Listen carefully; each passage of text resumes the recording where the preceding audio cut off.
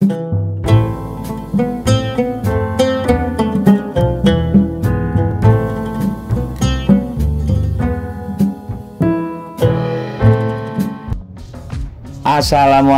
warahmatullahi wabarakatuh. Pemirsa, ini pertanyaan yang sebenarnya kategorinya kategori dia berhasil usaha. Bang, saya udah berhasil usaha nih, udah panen, udah semua, tapi pasar menolak atau pasar ogah-ogahan beli atau tapi dia jujur.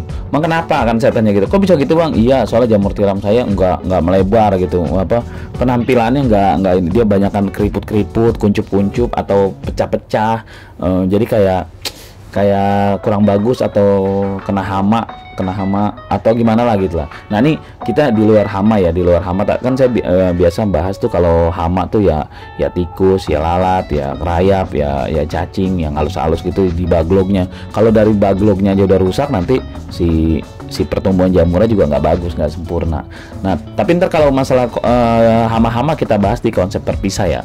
Ini kita menjawab pertanyaan kawan dulu ini. Dia berhasil usaha, udah panen, cuman hasil jamurnya itu nggak selebar, nggak sebagus, nggak seputih, nggak seenak dilihat yang umumnya di pasar. Jadi ketika dia memasarkan, dia bawa ke pasar, dia ke tengkulak atau ke pedagang pembeli langsung, warga juga kayak kurang, aduh kok jamurnya kayak gini gitu, nggak bagus dilihat. Jadi ini termasuk kegagalan lah.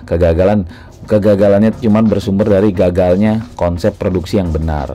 Kalau mungkin dia udah benar semuanya, tapi pasti ada kesalahan kenapa jamurnya itu nggak sempurna bentuknya. Jadi jika pembudidaya gagal untuk mendapatkan atau menciptakan jamur tiram yang berkualitas dan berstandar bagus, maka otomatis pasar pun akan menolak. Kalaupun nggak menolak, harganya pun jatuh dan jadi nggak bagus. Jadi jika ini terjadi, tentu saja ini si pembudidaya ini, si kawan ini, cuman nggak enak nyebutnya ya, namanya nggak enak disebut. Intinya si kawan ini sedang menuju jurang kehancuran atau kegagalan dari usahanya tersebut. Bagaimana hal ini supaya nggak terjadi dan supaya usahanya nggak gagal? Nah, si pembudidaya ini atau si pelaku usaha ini, suka nggak suka, sangat perlu memahami bagaimana cara menciptakan jamur tiram yang berkualitas, bagaimana strategi budidayanya supaya jamur tiram ini benar gitu, konsepnya benar, dari pra panen sampai pasca panen, cara panennya jangan begitu mereka potong aja, gabrugin aja naruhnya begitu, yang harusnya permukaan bagus jadi hancur atau cepet layu gitu ya. Tentunya hal ini nggak lepas dari ilmu yang benar, tata cara yang benar. Selain menjalankan semua juga ya harus konsisten ya. Itu hariannya harus konsisten lah untuk dinginnya, lembabnya, suhunya. Kita pakai pengatur suhu kalau yang di kota-kota besar, yang dalam ruangan. Kalau yang memang udah di pegunungan nggak usah, memang jamur emang tempatnya di tempat-tempat udara lembab. Nah gitu pemirsa, balik lagi nih ya. Jadi untuk mendapatkan ilmu yang benar, cara yang benar, step by step yang benar, nonton dari YouTube, baca-baca di web, atau kalau kalian mau beli bukunya langsung di deskripsi tuh. Tapi kalau ini ya cara tergampang itu YouTube udah pahami dengan benar. Jadi kalau apalagi udah bisa panen tapi masih bentuknya nggak bagus, nanti tinggal dicari cara, apa bagloknya setengah rusak, nutrisi dalam baglok itu udah nggak ada tapi masih diserap aja, akhirnya untuk hidup cuma hasilnya nggak sempurna. Jika udah mendapatkan pengetahuan yang benar, udah mengaplikasikannya juga dengan benar, tinggal bagaimana mengontrol pengelolaan dan pengendalian hama tanaman, serta masalah-masalah lainnya. Kalau dibicarakan mungkin terdengar rumit ya. Ini kalau ngomong begini kayaknya rumit banget sih, usaha sih udah berhasil aja bentuknya nggak laku, tapi kalau kita dijalankan, usaha nggak serumit yang dipikirkan. Jika kita udah paham semuanya, dijamin usaha budidaya jamur tiram ini nggak pernah gagal lah. Gimana mau gagal kalau emang semuanya udah bener gitu ya, panennya udah bener, kalau tinggal ngejual aja masih gagal gitu ya. Pasar banyak menerima kalau jamur tiram ini nggak begitu sulit.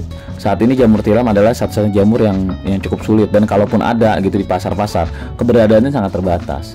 Jadi untuk itu dibutuhkan satu budidaya jamur tiram itu yang besar untuk memenuhi permintaan pasar. Cuma kan untuk budidaya besar permintaan pasar juga kan, kalau dia budidayanya terlalu jauh di ujung gunung, untuk dibawa ke pasar itu perjalanan 2 jam 3 jam udah layunya parah, nanti bentuk di sini juga nggak bagus. Nah panennya harus malam kan, ya gitulah. Panennya harus malam. Panennya, kalau panennya siang, pengiriman ke pasar kan harus malam. Kalau kan pasar biasanya subuh pagi pasar ya. Intinya jamur tiram ini memiliki potensi sebagai bisnis yang bagus. Buat unsur kuliner, pengangguran banyak tuh. Ini dengan adanya usaha ini sebenarnya bagus sih. Tinggal bagaimana cari modalnya. Kalau mau besar ya modal besar. Kecil-kecilan dulu aja nggak apa-apa sampai bisa ngerawatnya. Bang, saya beli baglok 20 biji bang. Saya tes suhunya berapa sih bang? Oh suhunya segini. Oke, saya beli termometer. Saya perhatiin, wah iya bang berkembang nih. Wah dari 10 apa 20 baglok ini saya modal segini, untungnya segini sampai habis panennya. Wah keren bang nih. Nah udah mulai baru cari modal besar-besaran atau gimana. Intinya sekarang pelajarin aja dulu. Jadi jangan sampai kayak temen ini, jangan sampai kayak kawan ini. Bener, semuanya bener. Jamur tiramnya tumbuh semuanya, cuman penampilan fisiknya nggak bagus, keriput lah, jadi harga pun jadi turun. Kalaupun laku harga turun. Ya kita pemirsa ya, nih kita untuk jamur tiram nih kita usahain tetap konsisten uploadnya, paling sebulan sekali lah kita upload, diseling-selingin, nyeling-nyelingin konten lain. Berbagi nggak pernah rugi kalau nggak pernah berbagi. Kalau kalian punya pengetahuan, punya informasi, tulis aja di kolom komentar. Saling berbagi aja kita, siapa tahu apa yang kalian tulis di situ berguna buat teman-teman yang lain, kan dapat pahala. Jangan udah mencaci maki, mencerca, udah nggak berguna buat yang lain, malah nambahin dosa buat kita.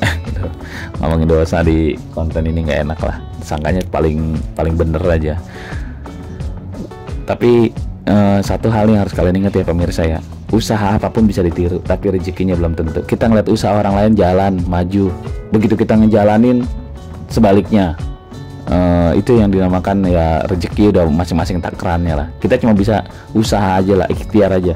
Kita usaha, masalah hasilnya serahin aja sama yang di atas. Wassalamualaikum warahmatullahi wabarakatuh.